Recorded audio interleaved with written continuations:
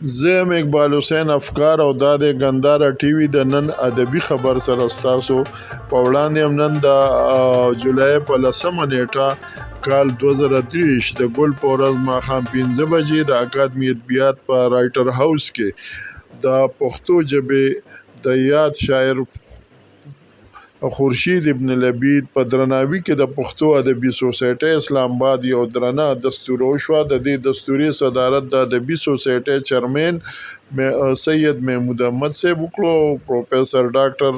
عبدالله جان عابد صاحب، پروفیسر ډاکټر شکیل احمد صاحب په دې محترم ممر شفق صاحب په دې مقام مشران میلمانه د دې دستوري نظامت د ادبي سوسائټۍ سیکرټري جنرال ښاغلي سردار یوسفزي وکړو. قرآن پاک د تلاوت نه وروستو په یو تعزیتي قرارداد کې د میا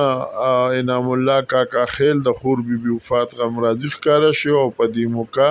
د مرحوم بیبي د بخښنې دپاره فاتحه ولوستې شوه. وروستو پروفیسر ظاهر شاه ظاهر، ښاغلي اکبر سیار، ښاغلي عبدالحمید زاید، ښاغلي نورالاسلام سنگر،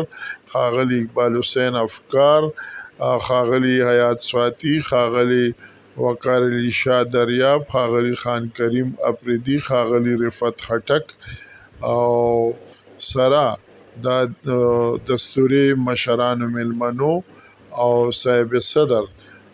د ښاغلي خورشید ابن لبید په شخصیت، فن په زړه پورې خبرې وکړې، هغه ته خراج تحسین وړاندې کو، د هغه فني محاسنې وستایل. په دې موقع د ادبي سوسایټۍ لخوا ښاغلي خورشید ابن لبید ته یو شیلډ هم په درنښت وړاندې کړی شو. دا دستوره چې 5 بجې شروع شوې، ماسخوتن په 10 بجې سرته ورسېده. په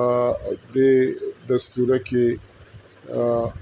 د پنډۍ اسلام آباد د شاعرانو ادیبانو نه د هغه نه علاوه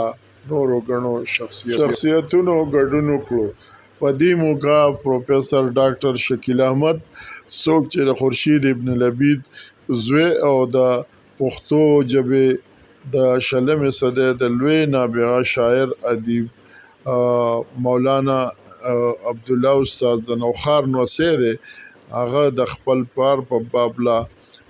خبرې وکړې او د یو ښه پلار په حیث د هغه خصایل هغه وستایل او د هغه خبرو خلکو ډېرې خوښې کړې.